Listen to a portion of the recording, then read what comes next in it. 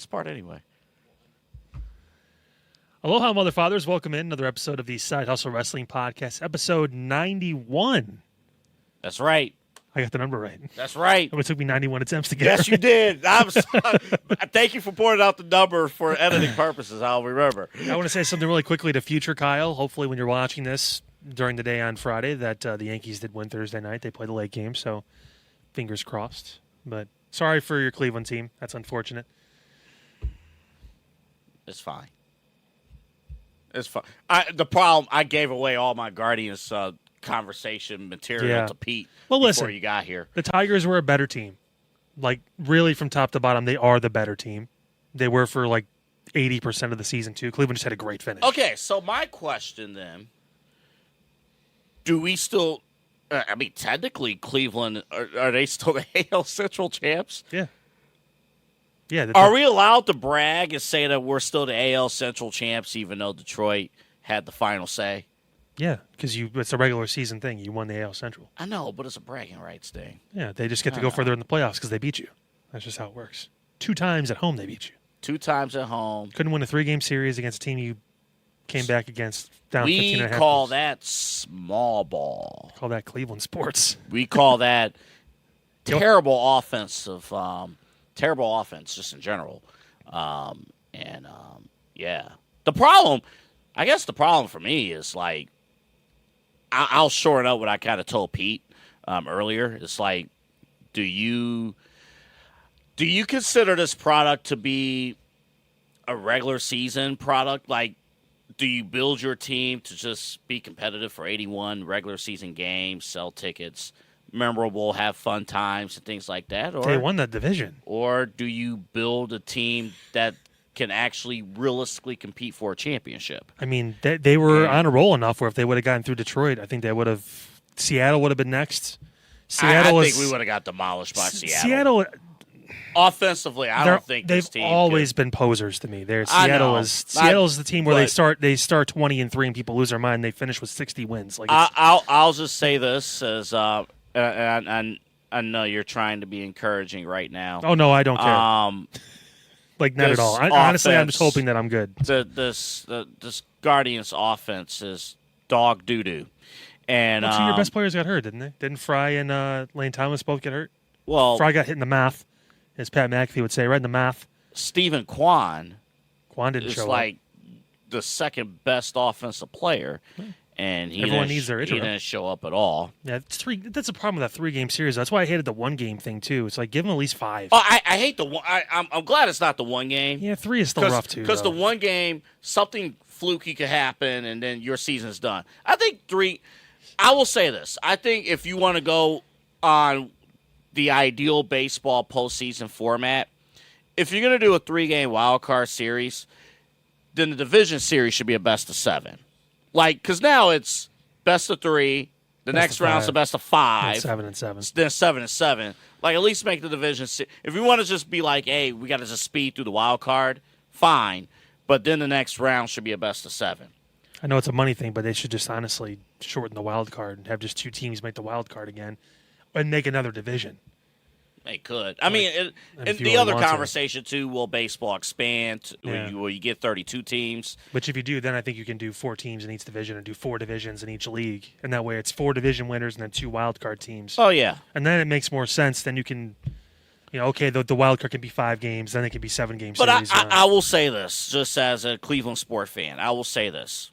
Was this a fun season for the Guardians? Yes. Was this a memorable season for the Guardians, especially that September run? Absolutely. I still stand by the fact that last Saturday was probably one of my favorite in-person sports moments I've ever been a part of. Mm-hmm. Clinching a playoff berth after all that stuff happened. Was this a successful season for the Guardians after coming off an ALCS run? No. But with that being said, fun, memorable, sure. And that's just... That's what you asked the question. That's my opinion of it. What do you want to do with the team? They made the ALCS last year. They won the AL Central again this year. They're a competitive, good team. I mean, but the problem is they're not going to spend any of the money that you guys want them to. Well, that's the problem. Going to happen. That's the problem. And even if new owners came in, they will not spend that kind That's of the money. problem. And that's why, again, and is it a problem because they make it a problem, or is it a problem due to restrictions in baseball? That's a whole nother conversation. That's a conversation that may impact the 2027 baseball season for everybody. From 2015, I'm just picking a random year, 10 years, the last 10 years, which team has been more successful overall? The Yankees or the Indians/Guardians? Really think about this. Neither have won a title. Both during have that time. Both have been to one World Series. Both have been to a couple ALCSs. It's pretty equal. I understand that, but neither team has won the title. I understand that too, but at the same Your point, team has not won a title in 16 years, which I will admit for you guys is a pretty long time. it's for practically able to drive now by themselves. My team, my father did not make it through life while the Guardians/Indians won a title. That's not the point I'm trying to make. The point I'm trying to make is team with $300 million payroll, team with $80 million payroll, similar results. It's like, okay, I understand. Maybe money isn't. Maybe you're just not that good to get there. I understand the point that you're trying to make. The point I am making is you need that to find something wrong with it, even though you have similar numbers to a team that spends over. They didn't win a times more title, than Kyle. Neither did. They did. didn't win the title. $300 million team didn't win the title. I don't care if you're trying to make me feel team. better. They did not win the title. I'm just saying that's not the answer. Spending $300 million, obviously it hasn't worked for the team it normally works for over the past same amount of time, so why would it work for the Guardians either? I'm not saying spend $300. I'm saying spend $30. Spend something. Prove to people who don't believe that you're ever going to take the next step and compete for a title that you are willing to make upgrades. Don't get scared of your own shadow from 8 years ago that Edwin Encarnacion didn't work out. I'm just saying, it did fine. Do the things that you need to do to contend. And again, they have to determine, the Guardians, because I can say this now because I can make the decision of whether or not to spend $20 a month on the Guardians television package. Sure. Like, that's my decision. And everybody watching. Are the Guardians doing enough? Like, what is your view of the Guardians? Now, again, they could take your approach, which is fine, right? If you're competing, if you're winning games, they got to ALCS last year. I know it's not winning a World Series, but they're right there. I don't know. They have a great manager. They've got a good young team. Yeah, the players. Jose signed the extension. I get it. I get it. To me, it feels like ownership or baseball. I don't even know who to blame. I just know what the track record is, and we're not at a position where I can think to myself, this team can win a championship. I'm not there. You don't have any experience of them being able to win one, so obviously they don't have enough yet. They won't have enough until they do it. So I mean, when will they do it? Who knows? Who knows? They've been just as close as another team that spent. Boston spent all that money. Everyone spent. The only team that spent that money and won has been L.A. And they get lucky with a lot of international talent. I know. Some of those guys just turned out really well. I get all that. But I mean, I get all that. Maybe an agent or two might have stole some money, but I get all that. Wrong podcast. Yeah. Then you go deep in the crates. I get all that. All I'm saying is, I guess for me, I don't even know if I'm upset. I wouldn't. That they lost. I guess for me, I'm more resigned to the fact that this is who they are. And I don't sense, until I see it, I don't sense that they will compete for a title. I hope I'm wrong. It depends on what your version of competing for a title is. They made the last 6 teams in the AL. That actually winning the whole thing. That's winning a championship. It's not competing. That's winning. Okay, fine. I messed up. I don't see a path where they could win a title. Yeah, they Are you happy? They competed. Are you happy? They literally competed. They were in the playoffs. Okay, fine. I don't see a path where they could win a title. Are you happy? That's fine. I don't know what you're getting so upset about. No, I'm upset because we're going in circles here. Fine, they had a fine season. It was fun, whatever. I don't see a path where they can win a title. Yeah.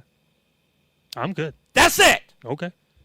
Fine. So, okay, fine. From that standpoint, this season was a failure. Are you happy? Clip that. Technically, every Clip it. 29 teams fail every year. Technically, the Guardians/Indians failed for the last 75 years. It's true, technically. But did you have fun? Now I'm not having fun. I was having fun. Now I'm not having fun.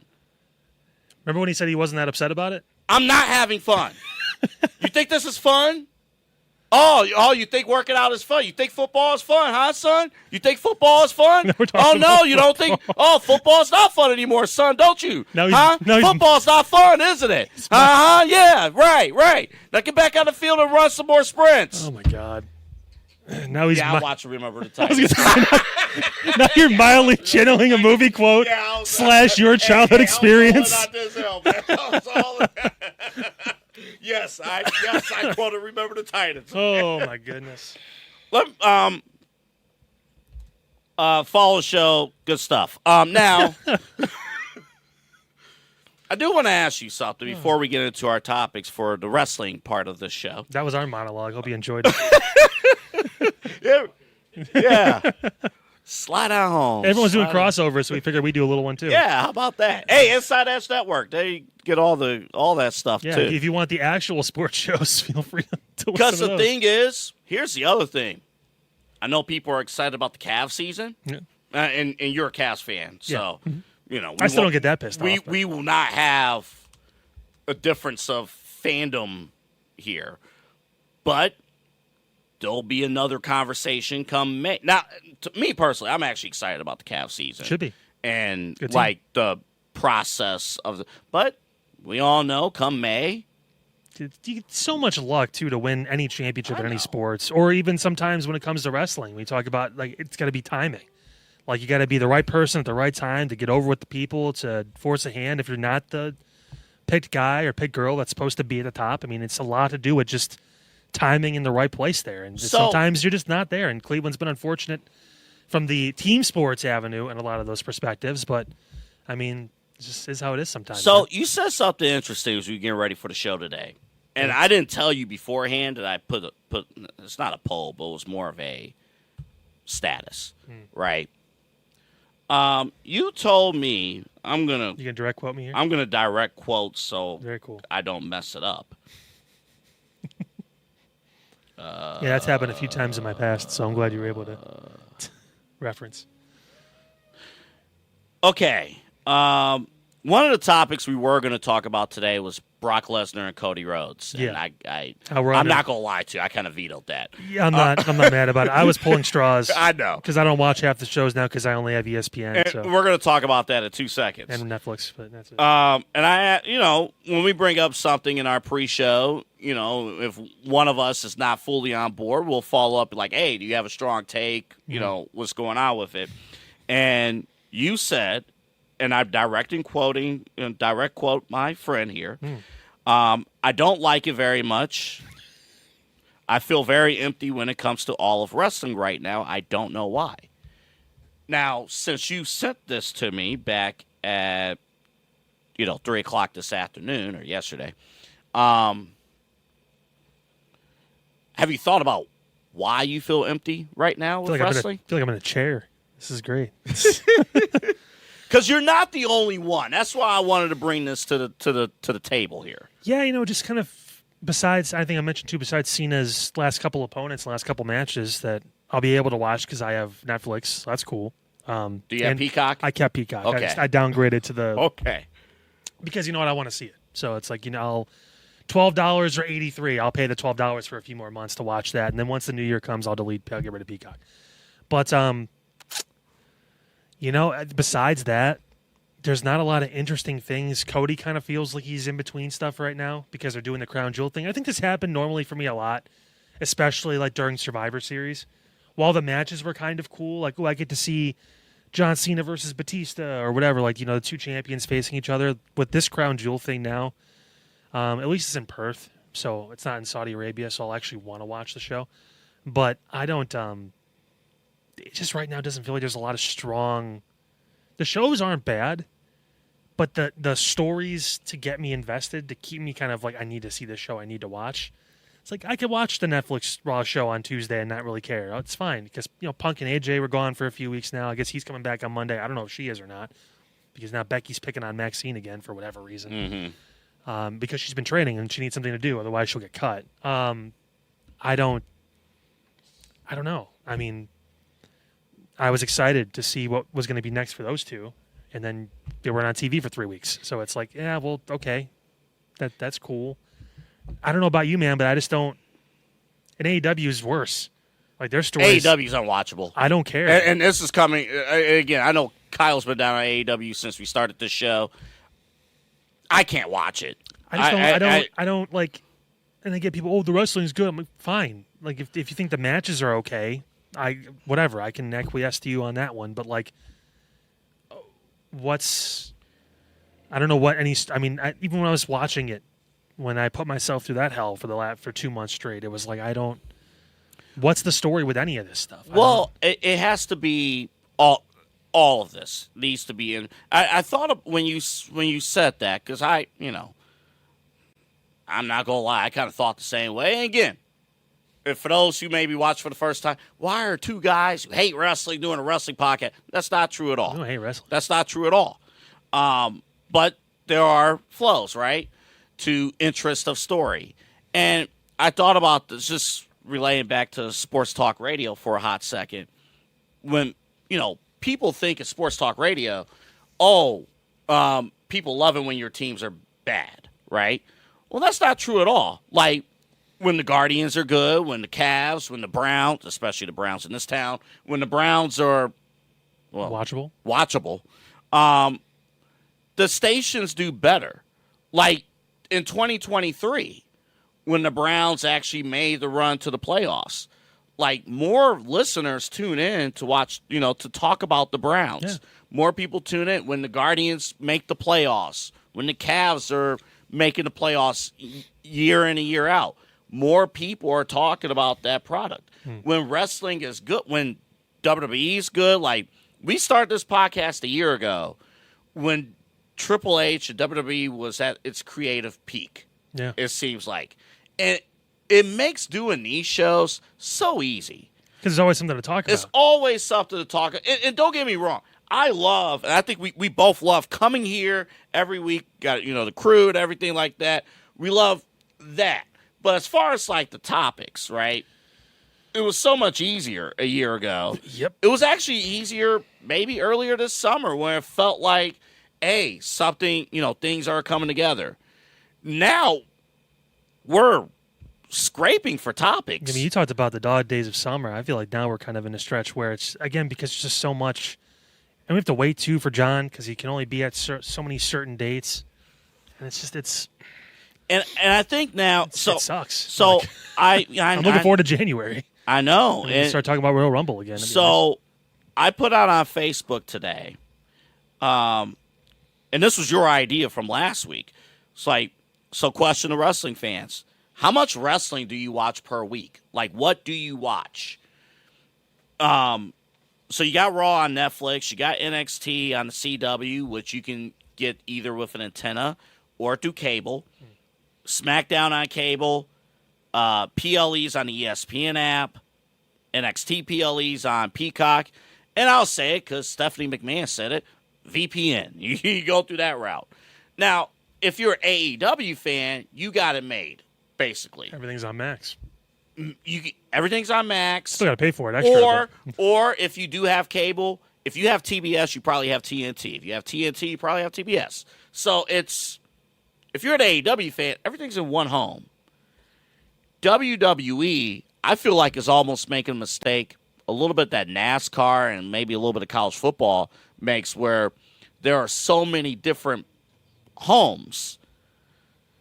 There are fans who just watch Raw. Yeah. There are fans who just watch SmackDown. There are fans who just watch NXT. There are fans who just watch the recaps or watch the highlights, read the recaps. And the problem, I will admit, the challenge that we're having with this show is that how do we effectively, if we're doing I'm not going to say a pro WWE podcast here, but a lot of the stories that we talk about are from WWE.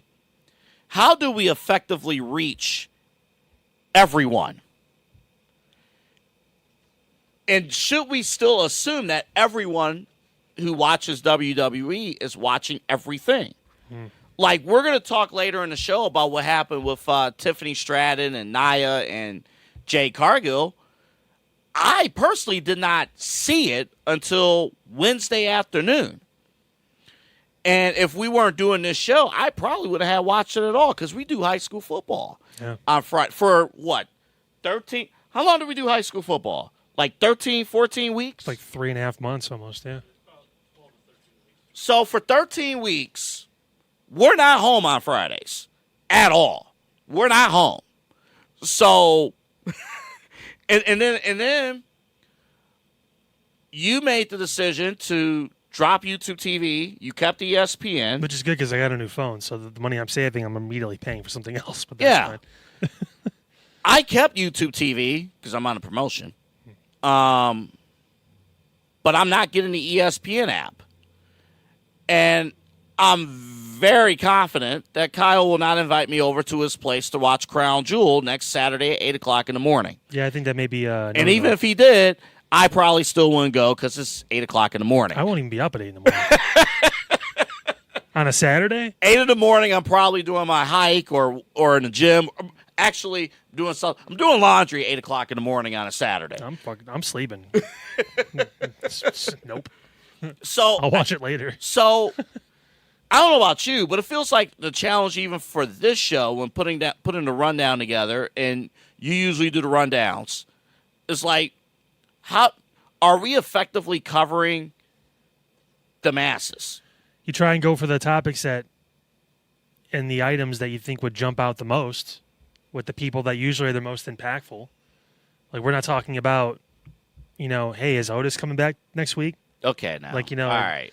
Now. I didn't mean okay, man. I didn't mean to like throw that one out there, but I mean, you know what I mean. Man. Like, hey, how's Chad Gable's recovery? We're not talking about stuff like that. I mean, like, we're talking about, Cena's retirement tour. We're talking about, Cody's in the conversation with Seth here in a moment. We're talking about those kind of things, but at the same point, it can get tough. It can get kind of thin. And I'm not saying this is how it was previously in the end of the Vince era, but because we didn't do the podcast then. I don't know. I couldn't tell you.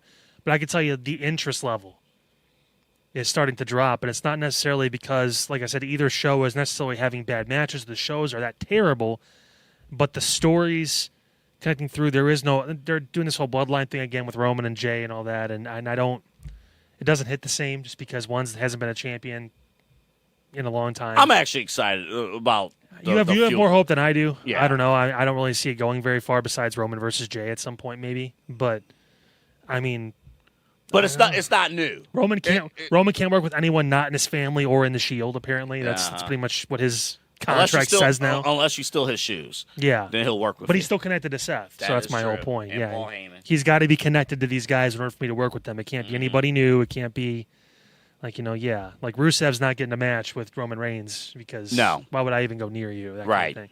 I don't know. It's tough, and the fresh matchups aren't there. If we're gonna get Brock and Cody again, I'm going to hit my head against the wall because why should Brock Lesnar just literally chewed up 250 pounds of John Cena, who's got the high of his tour, and spin him out in front of everybody on ESPN on their debut show?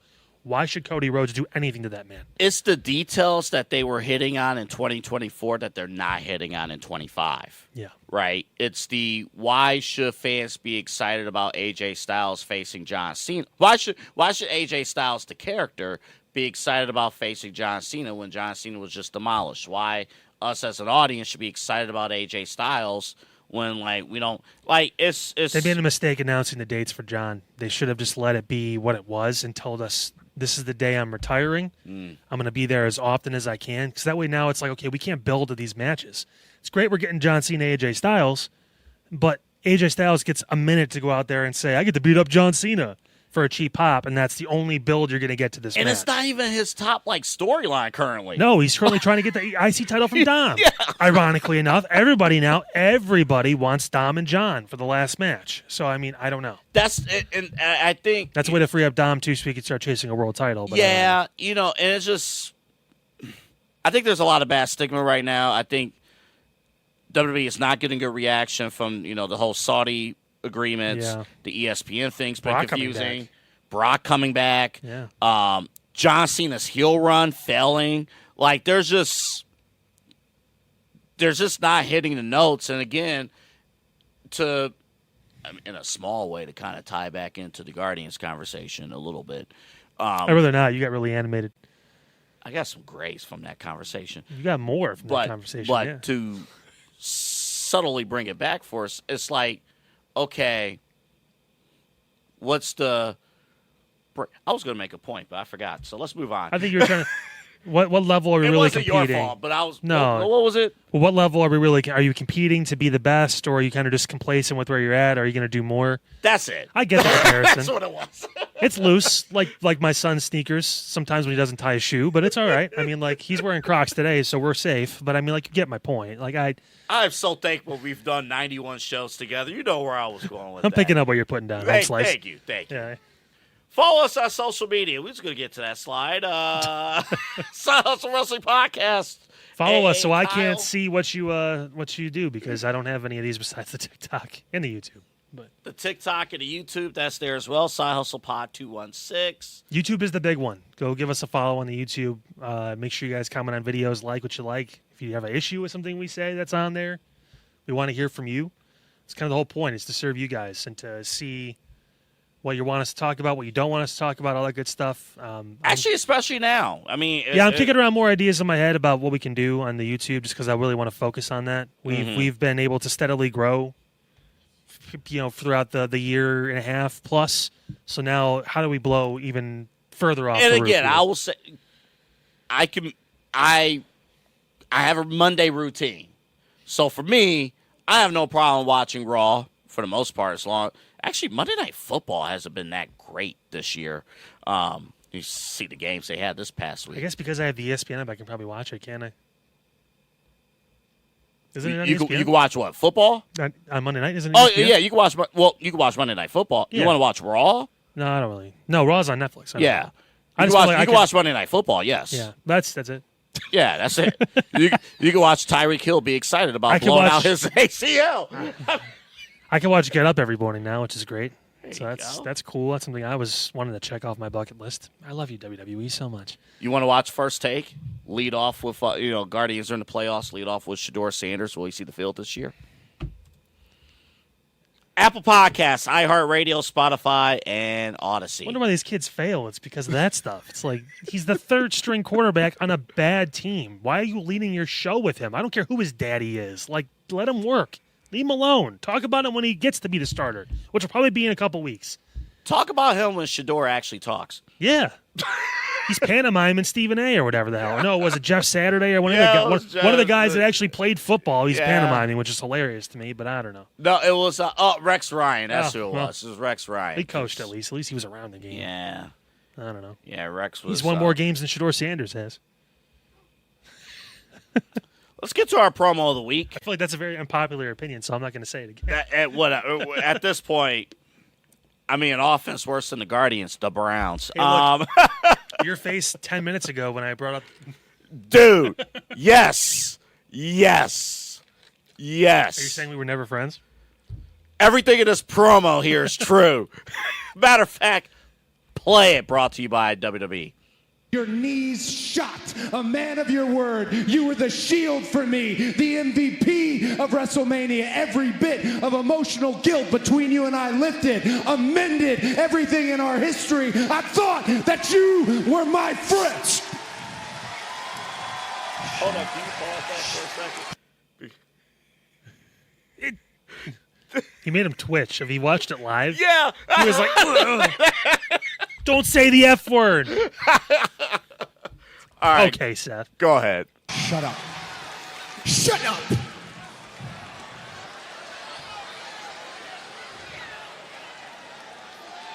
I was never your friend. We were never friends. That was never friendship. That was a means to an end. You know what? At WrestleMania 40, you were just the lesser of two evils, man. So that little scenario about the future that you just painted, that's never gonna happen.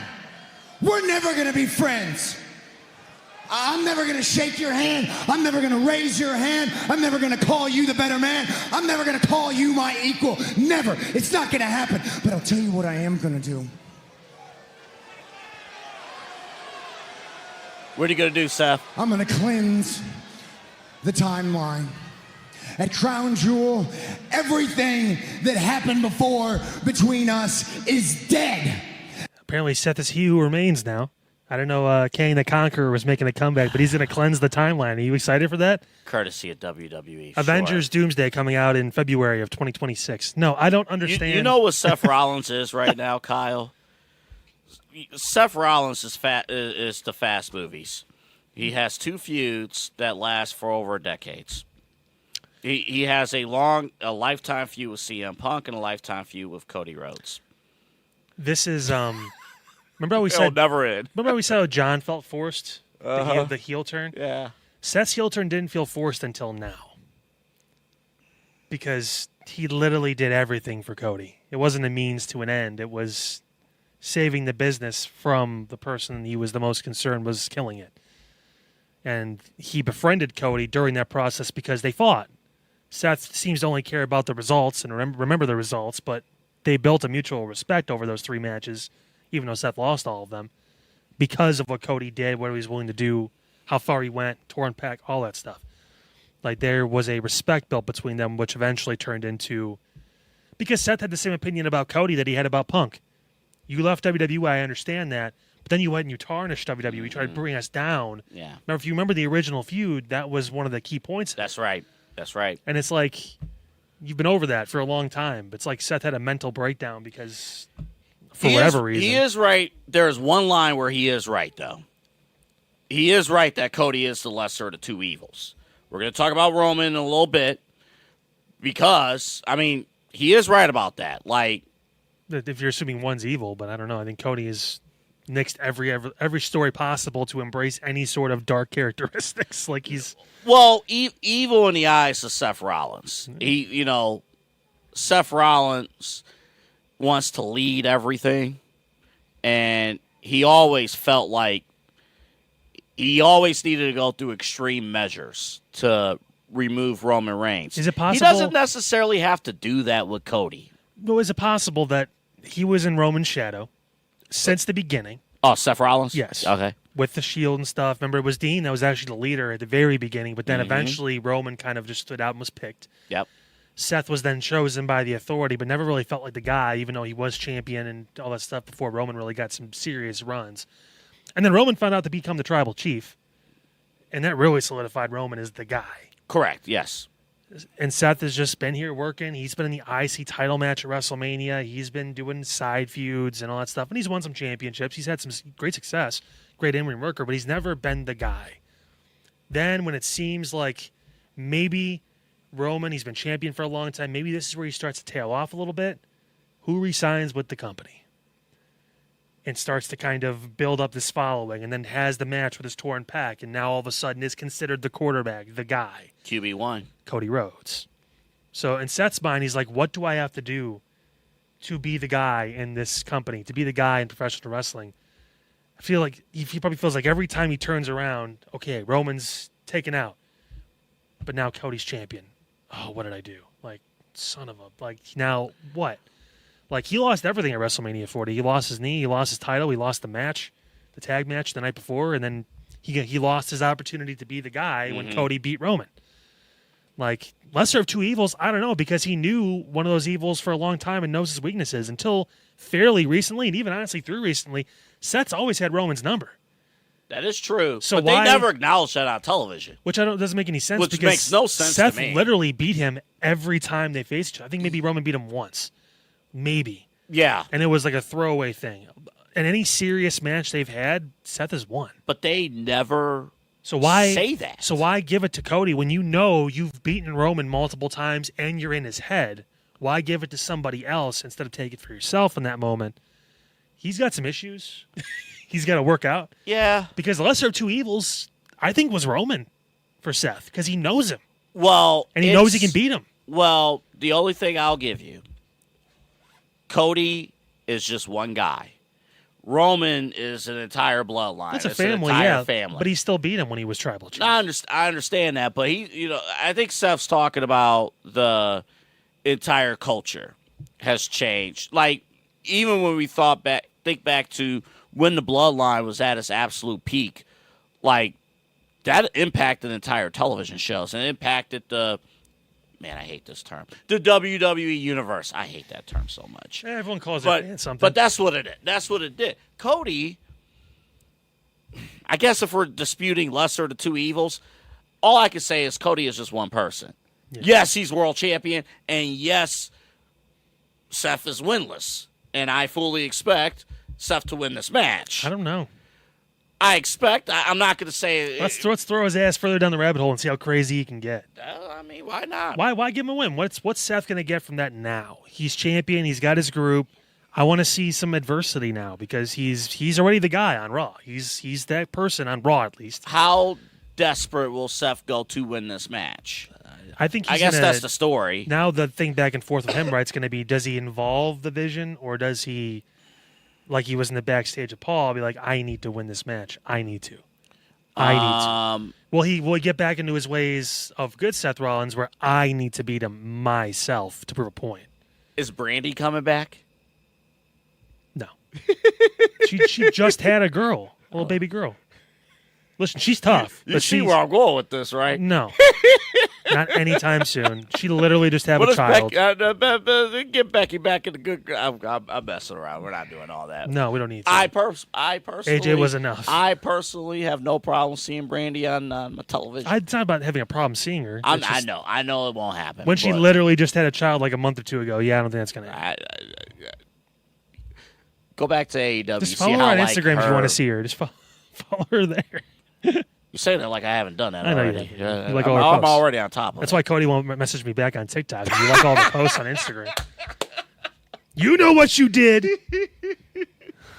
I guess the bigger story from this, a more big picture thing, which we'll talk about after we hear from Mike.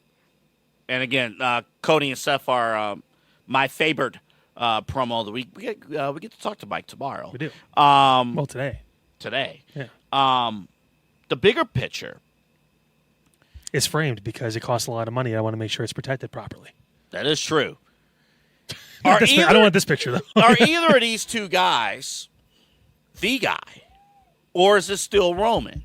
Like, is that Crown Jewel Championship, whoever wins this, like Seth Rollins, his whole thing is the Vision. He's the one that's running WWE, or at least Raw, but you get the point. That's running WWE. Cody is QB1. Does either of that matter when Roman Reigns just shows up and commands the arena, commands the room, comes back, and all of a sudden, he might be in the top storyline again? Can either of these two guys surpass Roman Reigns as the top guy in WWE? We'll talk about that on the other side. Let's hear from Mike first. What should fans who might be watching you here in Cleveland for the first time, they look you up on the website, on the app, they call you, what should they expect? Yeah, I mean, first off, between me and my team, you're going to get one of us. If you want to deal directly with the man, you're more than welcome to. I don't mind. I love working with customers because I look at it this way. I have a lot of good life experience financially. I've said 12 years of banking. I've got now 2.5 years of insurance. I have a lot of money and just kind of life and financial stuff knowledge. So that's what I look to do, is to truly help people get from that point A to point B financially. It's not about just, saving money on auto insurance, sure, but if I can kind of turn that into a better discussion really help people understand what actually insurance does, why it's important, because it's not a tangible. I joke when I leave that I lock the office door so no one steals all the insurance, but there's not just insurance laying around. So like there's just it's kind of a mystery kind of component in people's lives that they think is a scam and all the different things you hear. It's not. I mean, it can feel like it sometimes. I'm not even going to say that it doesn't, but if you understand how it works and understand and have a person who you can go to help with those kind of situations, that's what we're here to do. That's what my team's here to do. That's what I'm here to do, and that's what I take a lot of pride and have a lot of passion in, obviously, as you can probably tell. So, well, I mean, I know you said the joke, hey, we locked the door so no one steals the insurance, but it's exactly right. Boy, can't wait to talk to Mike about this playoff, the season with the Guardians. He'll be excited. Isn't he he's a Twins fan, so he didn't have any skin in the game. He went to almost every game. Yeah. No, but Mike Fabert, again, you can contact him, 216-932-6900. And when you do contact him over the phone or through the State Farm app, that's where you can have a good conversation, him and his whole team, about top-level insurance, home, renter's insurance, life, auto insurance, all that stuff, business, pet. As insurance, we found out earlier this year. Yeah. Mike has you covered. Yeah. I mean, after you guys get done talking about literally anything else you want to for the first hour, he will definitely talk to you about insurance because he specializes in that. But also, the point of that joke is that he specializes in something that's not a joke, and that's you. It's the person. Having that relationship with your agent, I think, is kind of lost a little bit sometimes because we get behind the app or we see the websites or whatever it is, and you kind of assume everyone's cold. And you know what? A lot of times you're kind of right. Sometimes it's pretty tough to talk to some of these people. Luckily, Mike is not one of those people. He is down to earth. He's awesome to talk to. This is his month, by the way. It's Halloween time. So yes, it is. He is. We got to stop by his office and see how the office is looking. Yeah, he's the headless horseman of Willoughby, essentially, at this point. So we're excited for that. And obviously, Mike's excited to talk to you. The phone number, one more time for our audio listeners, 216-932-6900. The website, myfabert, Fabert, agent.com. Now, here's the cool thing. If for those just joining us for the first time or you don't know, he's also a pro wrestler, so it's actually a perfect sponsorship tie-in, wrestling for Exodus Pro. And here's the cool thing. They have a show next Saturday. Yeah. You see it right there, Exodus. We posted this on August 10th. We posted this, and here we are. It's October, and show's a week from tomorrow. Now, here's the cool thing, and Mike just announced this today. Along with a stack card, you're going to see Dante Casanova, J-Rock for the NWA Midwest Championship. You're going to see a lot of great matches. Your boy, Brandon Beretta, will be on the card as well. Get back to it, buddy. Now, Mike is going to host a Halloween costume battle royal next Saturday. He's showing up with the suit and the pumpkin head. I'm calling it now. He did wear a few shows ago a toga. He didn't want to take it off. He did not. Legend has it, he's still wearing it. Well, he might still wear it. Might just be underneath everything. But Yeah. it's practically like a giant diaper, so I mean, it works out pretty well. Yes. Get your tickets, though. Yeah, it is. Yeah. Toga. Saturday, a week from tomorrow, October. I keep saying August. October 11th. Go back in time, Marty. Go back in time. Go back in time. Jumping October gigawatts, 11th. Marty. Yeah. October 11th, get your tickets right here in Northeast Ohio in Cleveland, Exodus. NWA Exodus Pro Wrestling. Actually, and the cool thing, too, a lot of the stars you see on this show, you get to see every Tuesday on Roku on NWA Power. It's true. On Tuesday. So, a lot of cool stuff. And again, before you know it, we're going to be covering some of these guys on this show, either in WWE or AEW. So, cannot wait for that. Mm-hmm. Now, Tony Khan, don't make me hate some people I actually like. Yeah, how's that going to go? Please don't. Figure it out. Triple H, you too, man. Don't mess it up. Yeah, please.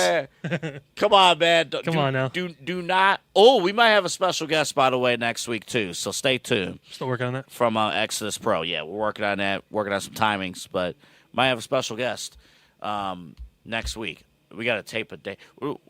tune in next week. We'll work Just out the stay logistics. clued in and make sure you turn on notifications on all of the social media so that way you know what's going on. I'm sure he'll make an announcement at some point, maybe. Episode 92, we'll have looks like a guest. Episode Michael Strahan will have a guest. Episode me, the year I came born. into this world. Yeah. 92. Ain't that right, Pete? Pete's current age, 92. You look great. Oh, before you got here, Pete was running down the Guardians record since he was born. The Indians It record. took you a while to get here. I came in and he just got into like the 60s. I actually didn't even start when I was born. I started in the 80s because that's when I was The about- 1880s? Yeah, the 1880s. The Cleveland Spiders? The Cleveland Spiders. Well, they're the worst team in baseball, like, ever. All right? And, like, it was only up from there. You know, I only wish interleague play was around back there. We would have faced the Cincinnati Red Stockings. Don't forget about the St. Louis Stones. Ooh, yeah. Boy, the story of baseball. The old days, you know. The Washington Ball Caps. You know, they was bored, and, you know, they went outside with a little thing that you called a baseball and tossed it around. I'm so mad at the next name I thought. I don't want to say it out loud. Oh, no. I'd rather not. No. You know what? Maybe I should. No. It'll be worse now because you already prepped for it and you say don't do it. I don't know what to say. Hold up. I need your permission to say it. Pete, turn off the mics. Turn them off.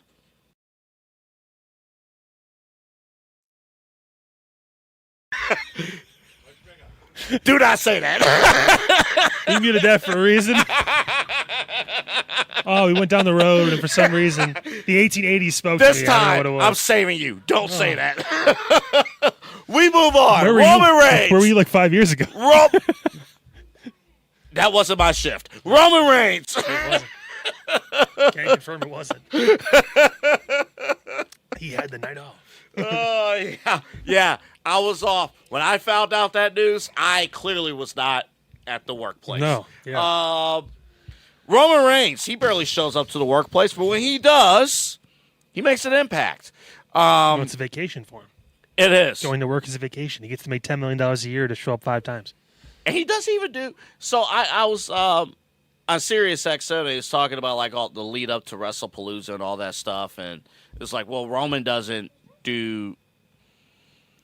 If you ask Roman to do all the pressers, the appearances on ESPN to promote, those count as appearances. Like, that's not just a, hey, can you do this out of the good graces of your heart? Like, that's an appearance. There's a difference between an appearance and a date. Mm-hmm. A date in wrestling is when you're supposed to wrestle. An appearance is like, hey, go do media in New York and, Good Morning America here this day. And Like Roman will tell you, and it seems like that's proof that if he doesn't feel like doing something, he won't do it. it's built into his contract. Mm-hmm. He has certain things he will do and won't do, and he has certain creative freedoms, obviously. Roman Reigns isn't getting a cheat sheet of things to say before he goes out there anymore. Like, he's built himself up enough to where he gets to control who he works with. He gets to do a lot of that stuff. And the writers have to kind of build around, I want to work with Jay.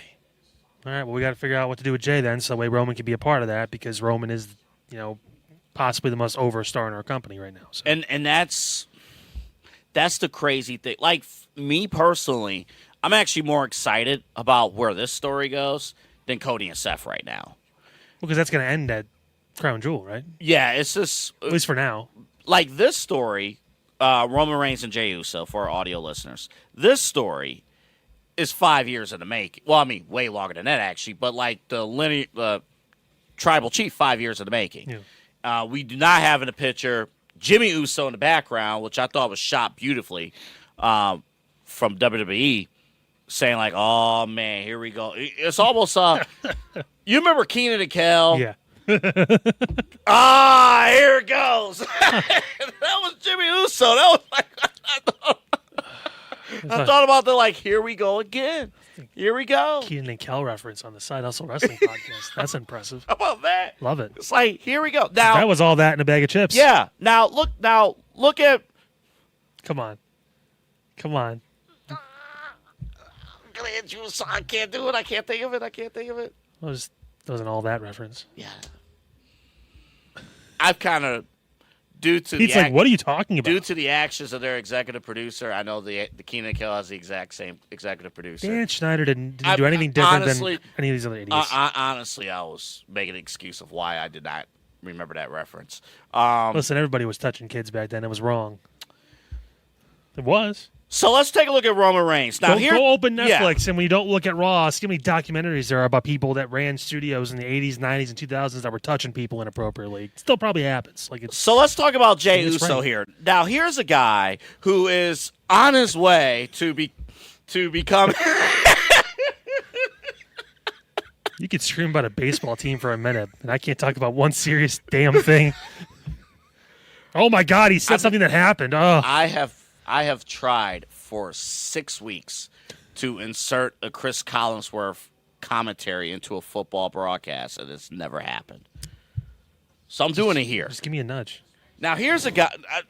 My problem is I don't remember until the end of the broadcast. Until there's 2 minutes left in the fourth quarter and the game's over.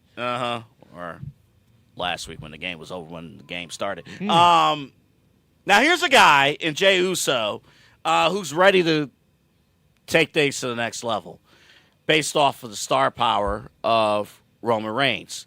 So this is one of those things, if to me, because a lot of the stories at WWE is down, this is the one story in the bloodline that finally moved to the fifth inning. And it is something that is oh, my God, invested. they're still playing that game? They're still playing. And they have just as much offense as the Guardians.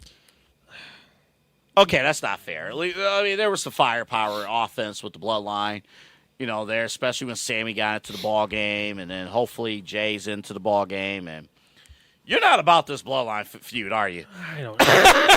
I'm trying really hard here. You're not into this. It feels like we're scraping the bottom of the barrel to get something more out of this that... Yes, we understand your family. I get it. Roman has a goal to be champion again at some point. It's not going to involve Jay. It's not going to involve Jimmy. It's going to involve him and probably Seth. That appears, at least for now, like that's going to be the match.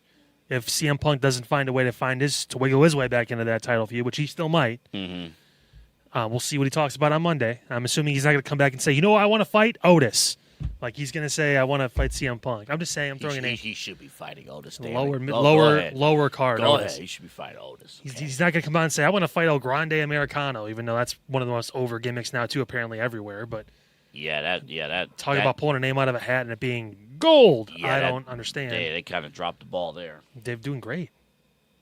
I don't like the whole three now. Los Americanos, yeah. I will admit though, the names are easy to follow. The Bravo's the blue guy, and Rayo is the other is one, the red guy. Yeah.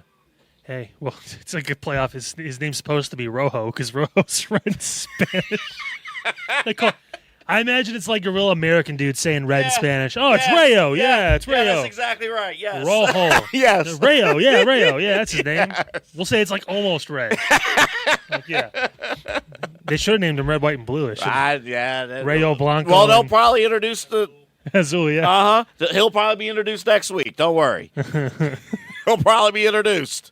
Oh my gosh. Yeah, but I mean, I don't know. This thing. Jay as a heel. I think if his promo work was better.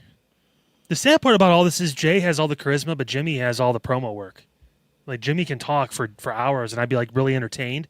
Jay can't catch his damn breath. And his mind doesn't work the same that Jimmy's does as far as being able to put together sentences concurrently that tells a full story in a promo instead of it being 4 lines, heavy breathing in between because he's doing this for half of his entrance. It's like... Well, he won't have to do that anymore when he turns heel. He better unlock this hidden gem of promo ability and again, can he do another move besides a super kick and a splash? Like, there's levels to it. I that's a good point. I think with Jay, if he's going to turn, he will. He's going to turn heel. The moveset does have to change. Well, we also thought Seth Rollins' music was going to change at some point. That still hasn't happened yet. So I don't know what's going to change and what's not. I think these guys are both 40, and they're kind of are what they are. Like, you can change heel babyface. 40's to do 30. Yeah, with male wrestlers, apparently. Women, you get don't- cut off at 35, I don't apparently. know. Unless you're Natalia, which maybe Can they flip her character full-time to Natty, and then she could go another 10 years in the main roster? just beat people up Just beat people up? because she can actually twist you into a pretzel. Yeah. Anyway, I think Jay is who he is. I think that's what he's going to do, and I think the fact that they're changing him heel now is okay. I just don't really care. I think what you're getting at here, too, I think to answer the question we have at the top, too, is Roman Reigns still the guy? Yeah. The answer is yes. I think people just get excited to see Roman, right? The issue is what you brought up at the beginning of the show after my Guardians rant, which was these top guys, they have a core of upper mid-card guys that are ready to, like, break through, that are ready. And this is almost like a WCW problem where they're not letting the upper mid-card guys in one-on-one situations mix in with the top guys in meaningful programs. You know, I watched, because Chris Van Vliet is obviously a great interviewer, and I watched his episode with Santi Zep, another one of the creators kind of in our space and YouTube and social media. And he said that Santi did that he misses the ruthless aggression era because it was the era of chances. Eddie Guerrero was like, hey, we gave him a title run. We gave him a shot. And it worked out really well. John Cena, we gave him a title run. It worked out really well. Edge. A lot of guys that were like, hanging around. Edge was a tag team guy. Mm-hmm. There was a lot of hype, but Edge was a tag team guy. Eddie Guerrero was a great technical wrestler, but it was kind of like, oh, he's too small. He can't do it. Even Ray at one point. Just luchador, cruiserweight champion, Rey Mysterio. Yeah, these are great points, yeah. Like that era of giving people an opportunity, like why can't Rusev win a world championship and see what happens? Give him a couple months. That's what the world heavyweight title was for. And even Rhodes with the WWE championship. You've got guys. Why can't we give Aleister Black a title run and see what happens? Like, I'm not saying it's not everyone needs to be champion for 4 years. Roman is a very special case study into investing in one person and having it pay off. But not everyone needs to have those long reigns. You can have the World Heavyweight Championship was essentially kind of doing that. That was the whole point. It was to get guys a world title and see, can you cut it? Jay had a 2-month title reign, and they actually brought up another point that like 10 of John Cena's runs are less long than Jay's was. Mm-hmm. They were short reigns. They were a month or less. Well, the problem, he had 2 months with it, and honestly, he didn't do anything for it. I'll take it a step further. It's not even just the fact that they're not getting the title runs; they're not even getting the matches. Yeah, which to me, that's even worse. Like it's all right. Cody's had a long title reign. Basically, Cody's held the title basically for 2 years. Yeah, right. Who has Cody faced? The feuds have been, besides maybe Kevin Owens, towards the end of last year, early this year, before he got hurt. Like Drew McIntyre's, and I love Drew. This is not a shot at Drew McIntyre at all. Drew McIntyre is fantastic. It's like, Drew McIntyre's always in the title picture. Like he's got a good feud now, possibly with Jacob Fatu, that I would really be interested in because he's back. Oh, finally. Yeah. Those two together would be fun. Yeah. I kind of liken that to Damian Priest and Gunther. Yes. Two guys where it's like, you know what, I don't really know where you stand right now, but for some reason when they connect and they go together, it just works. Well, then the problem too now is like, the young guys that they do want to mix in, they're in groups, they're in factions with the top guys. So I mean, on one end you are elevating Braun Breaker and Bronson Reed, you are, but at the same time, they're not mixing it up with somebody else. Like Braun Breaker is not going to win a world title for a couple years as long as he is in a group with Seth Rollins until they're ready to end the group. I think they're another point. You made a lot of great points. They're patient with Braun. Yeah. Whereas it feels like with Dom, we could give him the title tomorrow. Yes. And it'll work. Did you hear the crowd on Monday? Oh my God. Did you hear the crowd? They have something with him right now where we talked about the Royal Rumble kind of being open. It should be Punk. Probably it should be. And I want to see Punk and Cody. That'd be a great match we haven't really seen. One-on-one in its own space, not in the Rumble, just by themselves in a match. But if it's not Punk, I think it should be Dom. Oh, Right now, as of today, as of the beginning of October of 2025, the 2026 Royal Rumble winner should be Dominic Mysterio. As of today, I know it's not good when hosts agree with each other. As of today, we both agree that it should be Dom. Like if I was making my prediction right now, I'd say it's Dom. But like, which is crazy to think about. Even just a few years ago, where he was. But like, when is Dom gonna face CM Punk? When is Dom going to face Roman Reigns? When is Dom going to face, if Dom were to turn babyface, when is Dom going to face Seth Rollins? Like, these are the matchups that are not happening. They're going to save it for a big show. It's going to have to be a thing where Dom has to get there first, and then he'll have the match. Like, he has to win the Royal Rumble to face Seth or Roman or whoever it is at that point. Because right now, in his case in particular, he's not there yet. Even though he's the IC champion, he's not there. He's barely beating and cheating to beat guys like Rusev that are in the upper mid-card and that stuff. He couldn't go into a ring with Roman Reigns right now and feel like he belongs yet. He's got to go through the cycle of beating some of these guys and doing it the right way to get there. And I think everyone who's in that class, right, Jacob Fatu, because if Triple H was sitting right here, Triple H would probably say, and he would have a point. He would say exactly what you just said a few seconds ago, where when these guys were ready to bump them, we want those matchups to be first-time matchups. Yeah. And that's the battle that you're fighting. You're fighting, well, we do want to save these matchups for 2026, 2027, but at the same time, you're in a holding pattern for your weekly television where maybe you could insert some kind of a spark and maybe have a match like that. I think, like right now, we're not going to have time to talk about it on this show.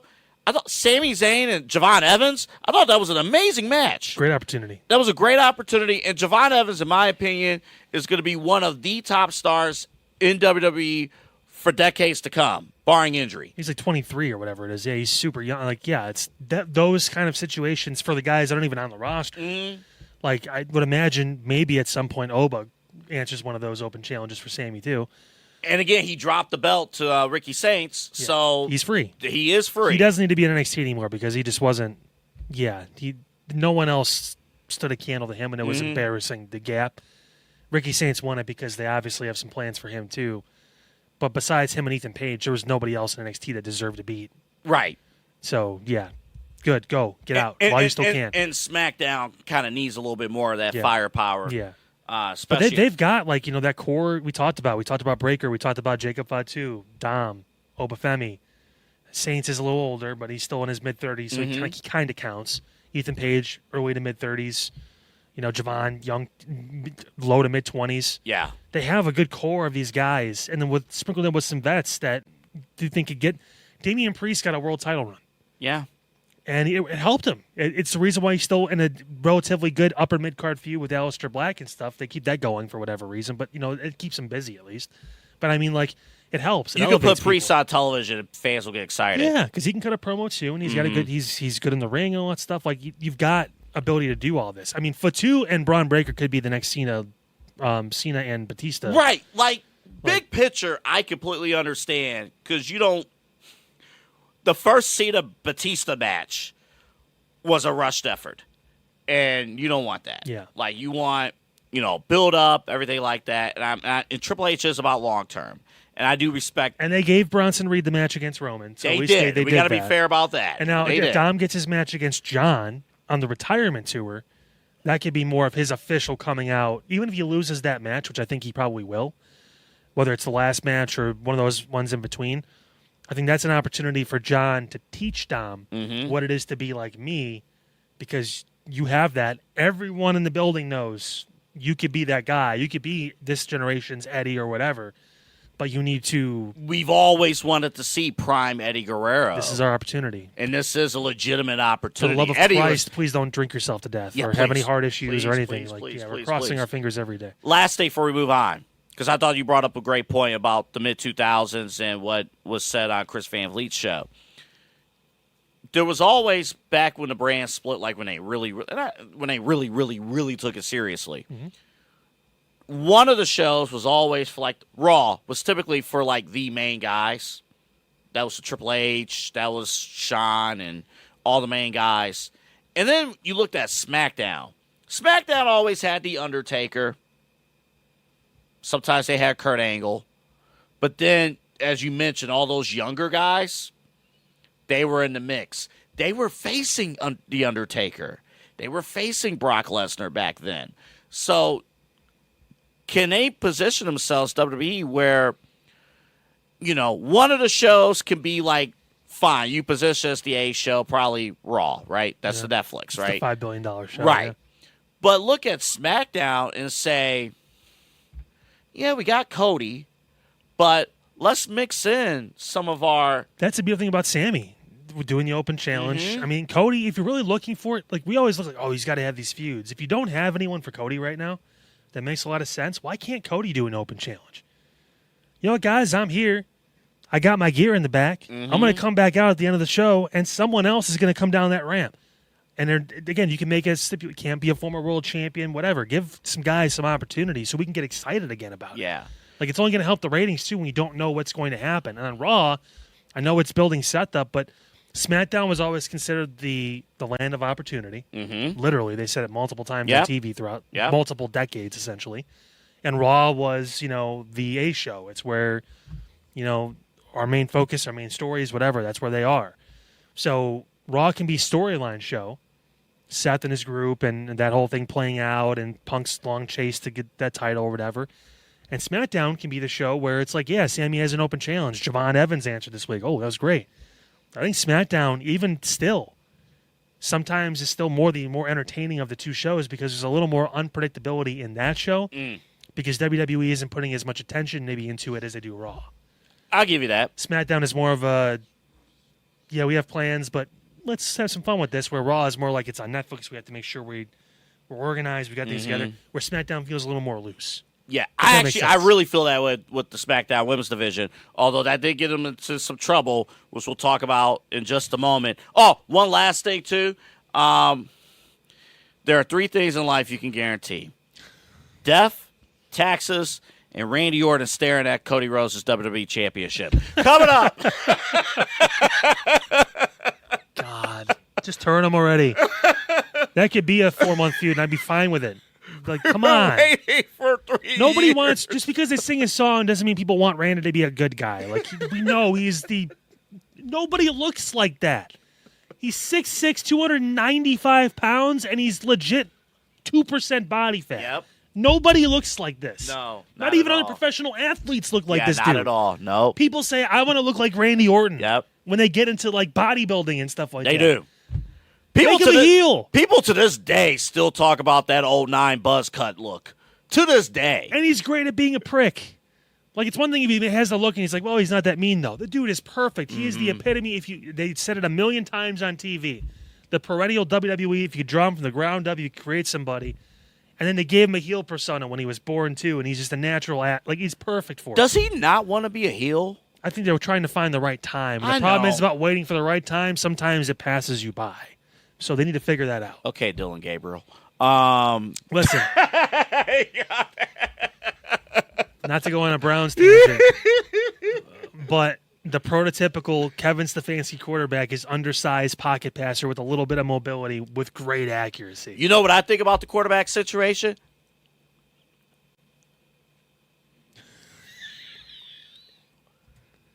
Why did Pete cut his mic off?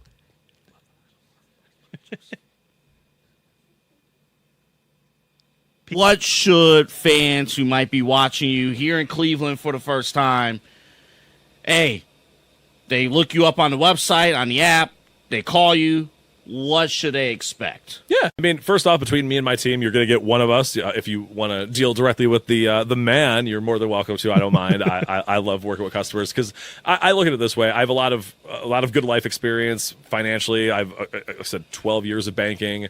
I've got now 2.5 years of insurance. I have a lot of money and just kind of life and financial stuff knowledge. So that's what I look to do, is to truly help people get from that point A to point B financially. it's not about just, I mean, saving money on auto insurance, sure, but if I can kind of turn that into a better discussion, really help people understand what actually insurance does, why it's important, because it's not a tangible, you know, I joke when I leave that I lock the office door so no one steals all the insurance, but you know, there's not just insurance laying around. So like there's just like, it's kind of a mystery kind of component in people's lives that they think is a scam and all the different things you hear. It's not, I mean, it can feel like it sometimes. I'm not even going to say that it doesn't, but if you understand how it works and understand and have a person who you can go to help with those kind of situations, that's what we're here to do. That's what my team's here to do. That's what I'm here to do. And that's what I take a lot of pride and have a lot of passion in, obviously, as you can probably tell. So, well, I mean, I know you said the joke, hey, we lock the door so no one steals the insurance, but it's exactly right. Small business owners are superheroes, but nowadays running your business means doing so inside your shop and on social media. That's why you should make Omega Video Marketing your sidekick. With a decade of content creation experience, I create dynamic, informative, and fun videos for your specific social needs that will increase brand awareness, get you more followers, and keep your social pages and websites current and fresh. I offer flexible pricing and turn times and will work with you to understand your brand and your story. All of that comes from the heart. My award-winning expertise is just the cherry on top. So let's get connected. After all, your brand is the alpha and my expertise is the omega.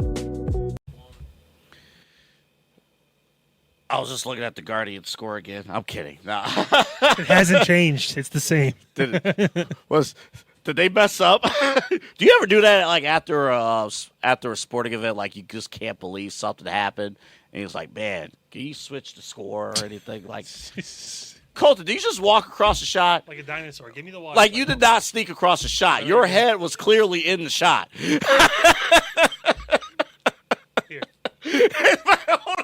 Hold on. He literally did just like this. Wonder if they'll see me.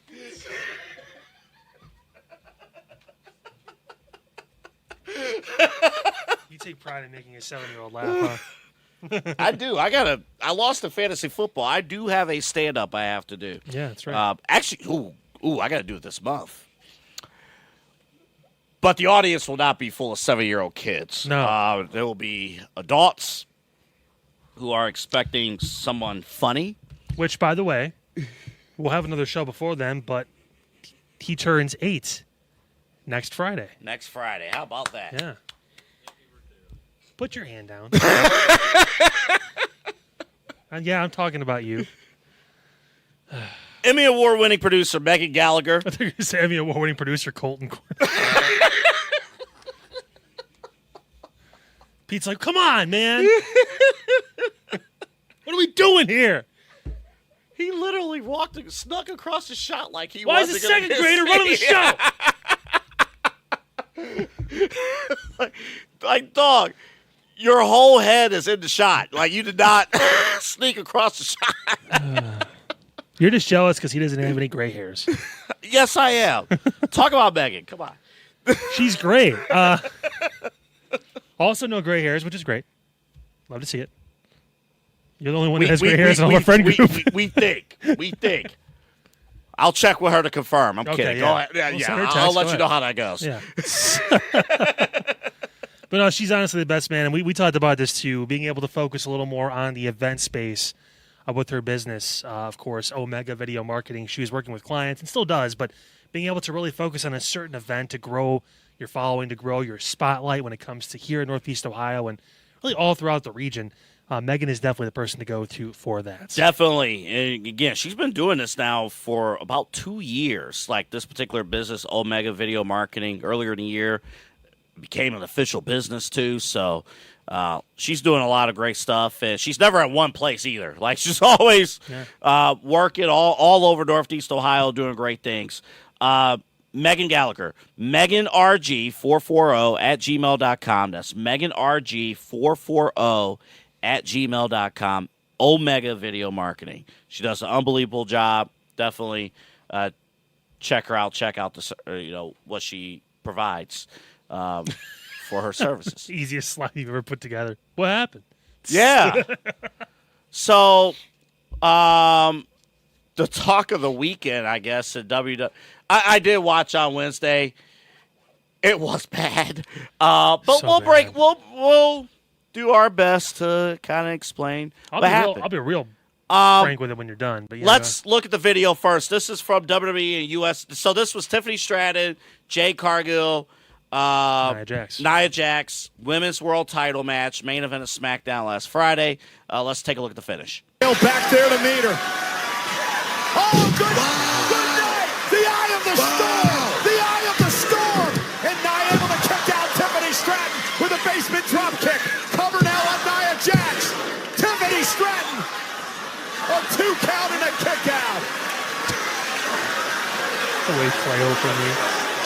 Now talk about it. Yep, talk about it. Yep. Give me an elbow. Thank you. And now Tiffany delivers the elbow. No, it's not good, buddy. And Stratton gonna go up top. Prettiest move got all of it. Cover. Stratton retains. So Courtesy of WWE. Go ahead. what happened is the timing of the spots were messed up, but the real person whose fault this is the referee. You are supposed to count, even if the people do not do what they're supposed to do in the match. If the shoulder doesn't come up, you count to 3, figure it out when you get in the back, and take it however. That's not the referee's responsibility to make sure you do your match correctly. They're supposed to relay stuff from the back to you, a little behind the curtain. But if you watched WWE stuff, was unwired or unfiltered. Unreal, yes. Unreal. You figured that out. Sit down, little dork. But the referee is supposed to count. You can't be calling our staff members dorks. I can't when he's my child. Go ahead. But it's the referee's fault. Please sit. You're going to give me a little panic attack. Yeah, don't knock the cameras, please. But yeah, it's her fault. It's not. It's they made a mistake with the spot, but the referee needs to count to 3. So let's play at least up until the pinfall. Let's play that part again here. So we'll actually break it down a little bit here. So Great move. great move here. So here's the initial pinfall. The eye of the storm. So kick out there. So pause it right here for just a second. So apparently, Tiffany was late. Apparently, in interrupting that, and Jade Cargill, was supposed to leave the ring. Well, good on but- Nia for seeing that she wasn't nearby and she kicked out because that wasn't the finish of the match. All right, let's go ahead and keep playing. Tiffany then does the spot she originally planned was to go there, and the ref doesn't count.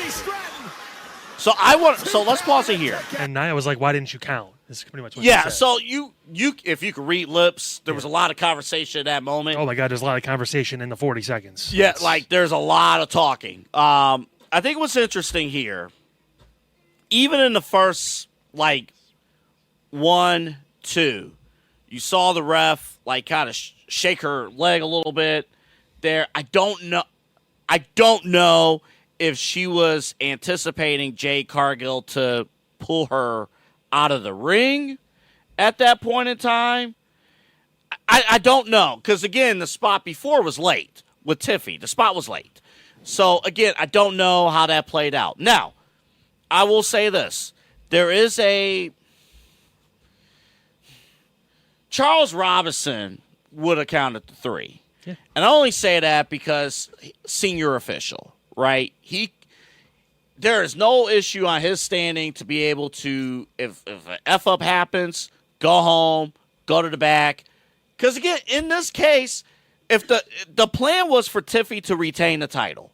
Yeah. So you go home, Tiffy still retains the title. Even if it's a late thing, you can still sell it off as, Nia kicked out, but then Tiffany still kicked Jade out of the ring. Mm-hmm. The finish happened. It was just a beat too late. That's fine. Count 2, 3. I can understand a little bit if someone other than Tiffany was attempting the pinfall, and it wasn't the case. But even still, I couldn't. But I also wonder too. And again, I'm spitballing. You actually have pro wrestling experience in the ring.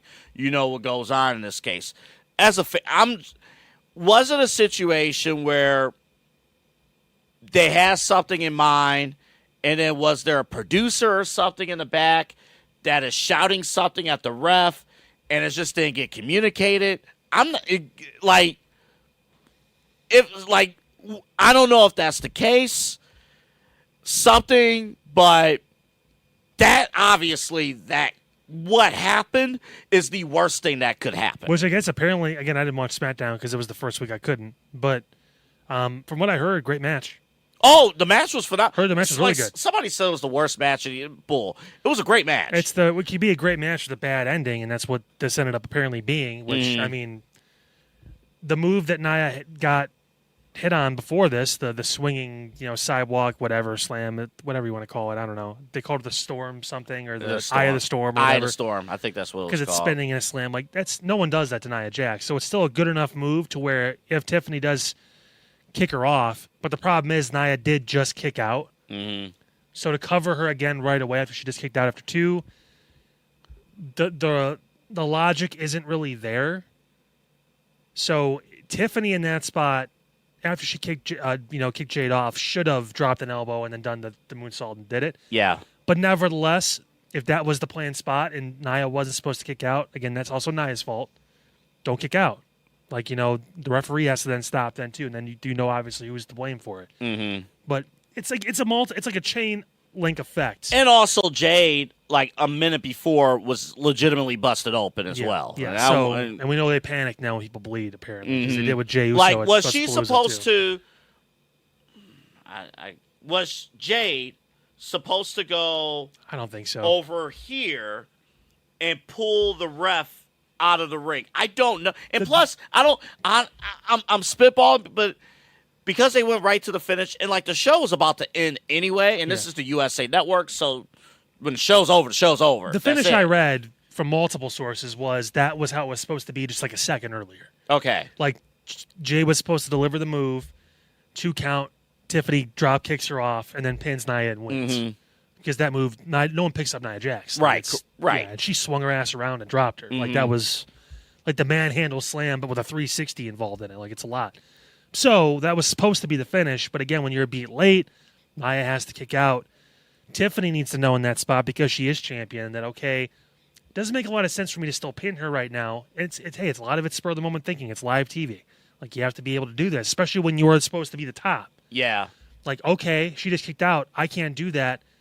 Talk to the ref, whatever. I'm dropping an elbow. I'm doing my moonsault now. I'm pinning Nia.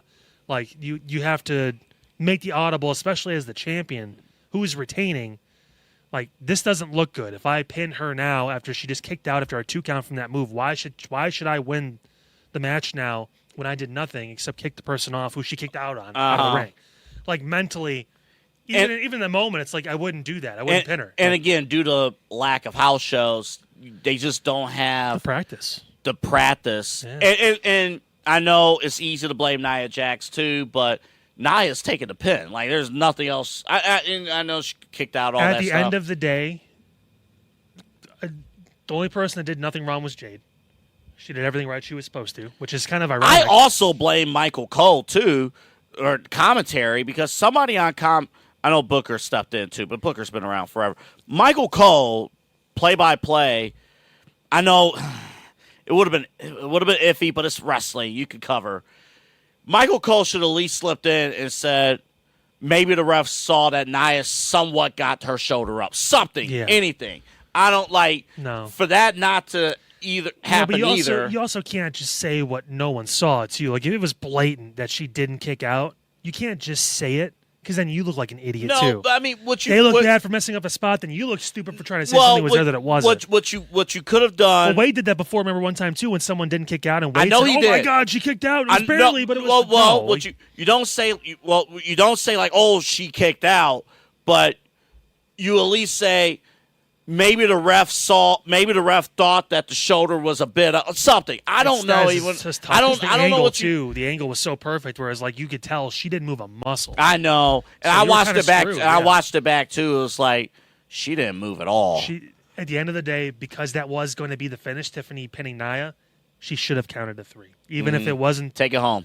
Just get it out, get it done. Even the crowd still would have been pissed because that was a tough end of the match, but at least it wouldn't have been as bad as it is now. Where she kicks out or whatever. Like Nia kicking out, that's fine. Tiffany was late. That happens. But then the ref needs to pin 2-3. I feel bad in a sense because maybe it will be the ref that's the only one that's going to be punished. for this if I they don't know if do. any of them are going to get any more because mistakes happen, and it's really unfortunate this was in the main event of your Friday night show. Of a television show. Yeah, but I don't think she's going to get fired or anything like that. No, I'm not saying fired, but I'm just saying like because again, she knows too, and that's the big what if too. What were the producers saying to her? Mm-hmm. Like was she counting and maybe trying to tell Nia to kick out again or something? Who knows? Pete, let's play. Go to the beginning one more time. Let's just play it up through the initial the pimp. Go ahead, play it. Back there to meet her. Oh, good. It's a great move. Adjust, you can take the drop kick. So that was a second late, but you still. Cover now on Nia Jax. Tiffany Stratton. A 2 count and a kick out. No talking for the rest of the way. And then what was? Go back to like the 10-second mark, Pete. The foot was just her just sliding in. It wasn't her. I don't think that's I want to see what Nia. Watch Nia. Tiffany Stratton with a basement drop kick. Cover now on Nia Jax. Tiffany Stratton. A 2 count. Yeah. Why did you count? It's like what she, Yes. Uh-huh. That's the finish. That is. Even if Tiffany was late, and again, the cerebral side, like I said, is, she just kicked out of a move. Why would you have her, get pinned again, or get pinned for 3 when she just kicked out at 2 in the move before? Like common sense says you're gonna kick out again, or you're gonna kick out at 1, or what the hell are you doing? Get off me because they just kicked out. But and then play the rest of it here real quick. A lot of time and talking because now they're off script. Yeah, now you don't know what you're doing. Now she's like, go to the finish. And now she's like, do something else. Or she probably said moonsault to it. Uh-huh. So she dropped an elbow to keep Nia down. And then moonsault. Good moonsault. Like, yeah. So, thank you, Pete. I mean, hey, like, this kind of stuff happens. It's unfortunate. Mike Chioda said this best, too. My job is to make sure that I'm not there, essentially.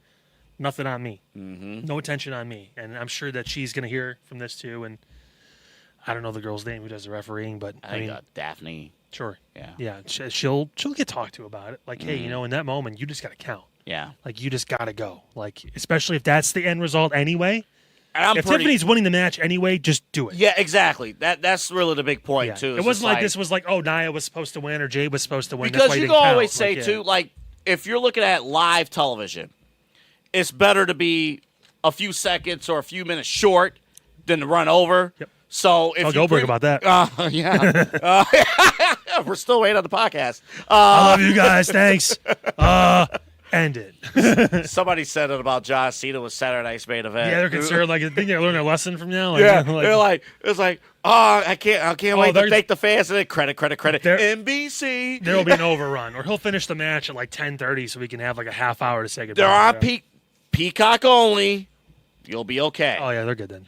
Yeah, we have a little bit, like just a tiny bit of time left for our final topic. Just say a little bit of time.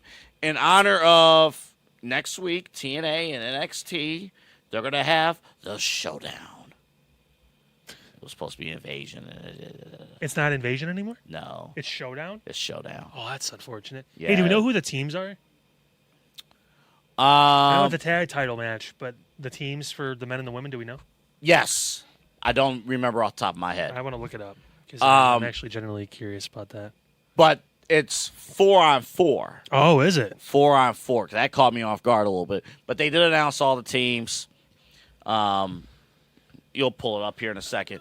But 20 years ago, back on October 1st, you see the date, October 1st, 2005, WWE programming left the old Spike TV channel. And in its place was a little known but growingly popular wrestling alternative known as TNA Impact. Tits and ass.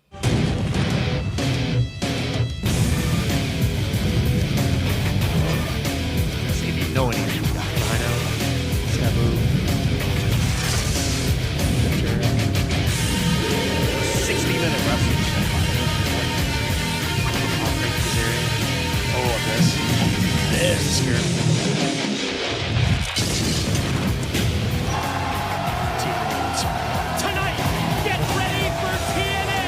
got ratings. Mike Tenay. Never seen anything like this on Spike TV.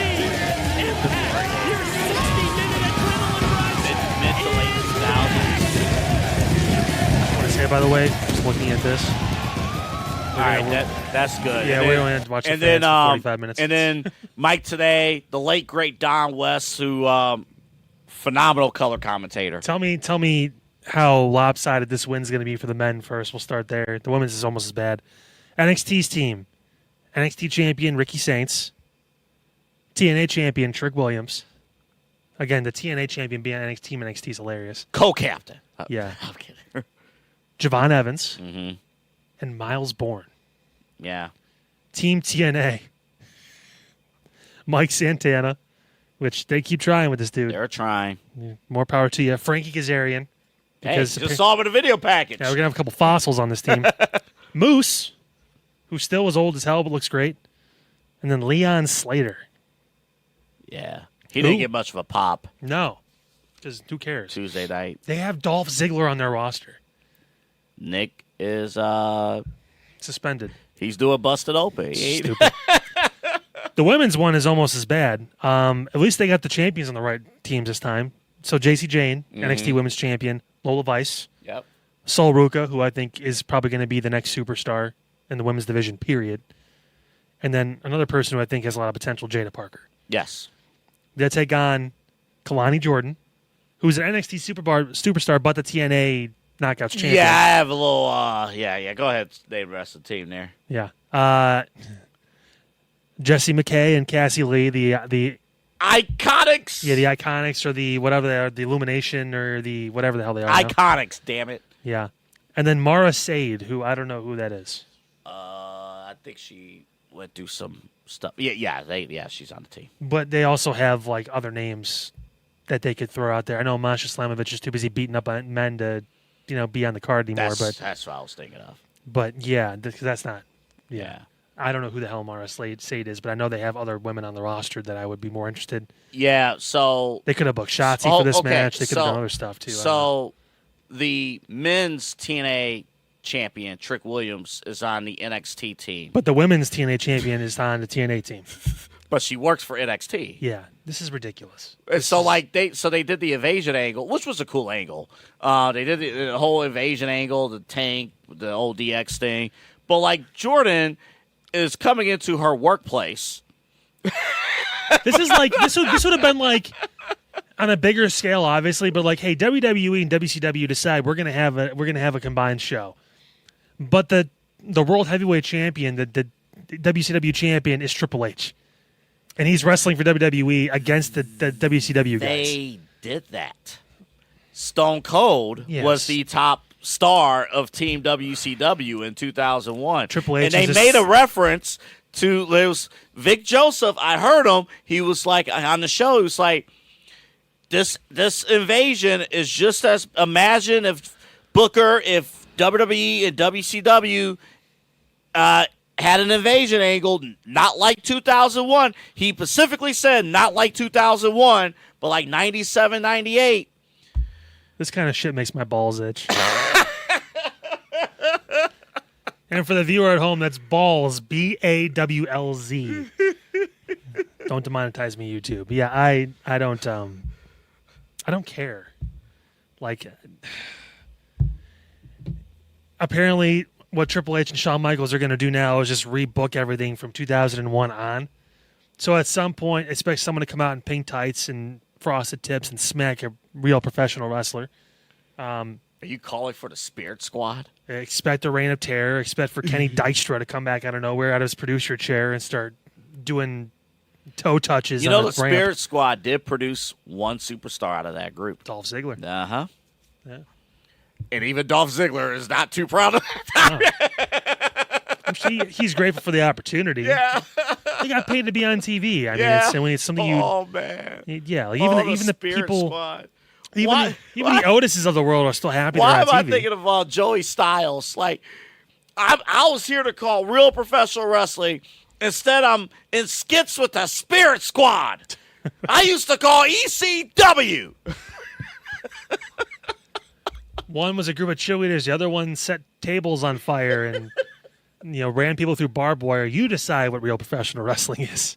Or maybe it's somewhere in the middle. Who knows? Again, this ties back into I think NXT next week's going to be very, very exciting. I love how it's just a regular show. I know.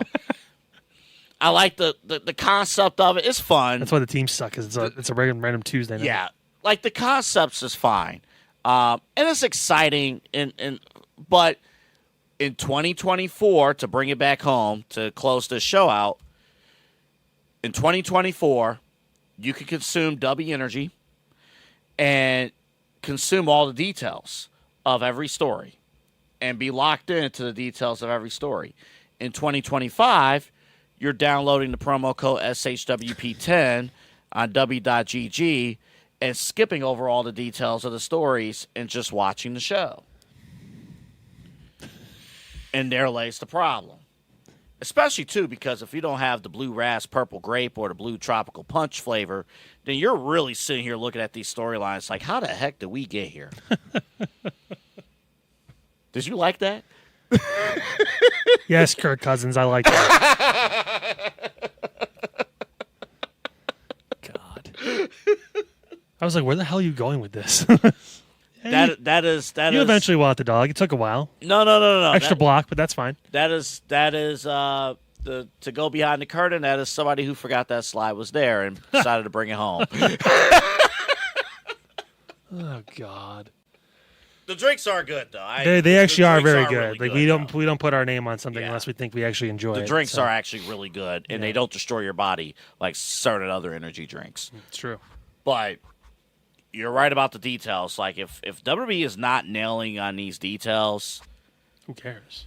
They're putting out product. They're putting out a lot of product. But now I think, and again, I put like, what do you watch? I think WWE fans are so split on what they are watching, what they are consuming. Like TNA's team should have been Trick, Joe Hendry. Yeah, where's Joe Hendry? He's on NXT, but he's still technically. He had his last match, I guess, on TNA, so he's moving to the NXT roster, but it's just like, hey, he's still technically a TNA guy. And then Nick Nemeth should have been another guy on that team. Then if you want to throw Moose in there as like the nostalgia act or whatever, that's fine.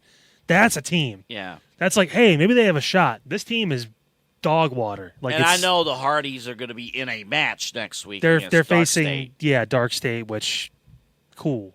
Like Dark State should kill them. Like no offense to Matt and Jeff, but it shouldn't even be close. But it will be, and the Hardys will probably win. Maybe. They'll probably win. It's a way to get them back on WWE TV again. Yeah. Because they'll be NXT champions too then. They did say, yeah. Another title run for the Hardys. Well, they have to be if they're going to be NXT tag champions. Well, they said in their video package this week, that's the only tag titles they have not won. In WWE, it was the NXT. They haven't won. Oh, I guess they won the world and the WWE tag titles, technically. Yeah. When they were back in the day. Before they were the Raw and SmackDown tag titles, which they also probably won both. So. We thank you guys for sticking with us on this show today. We had a fun start. You about almost flipped the table again. It was a fun start for you. It was not a fun start for me. I was cool as a cucumber. It was. You were pissing me off the first few minutes of this show. Here's a little song I wrote. Might want to sing it note for note. Don't worry. Be happy. Do.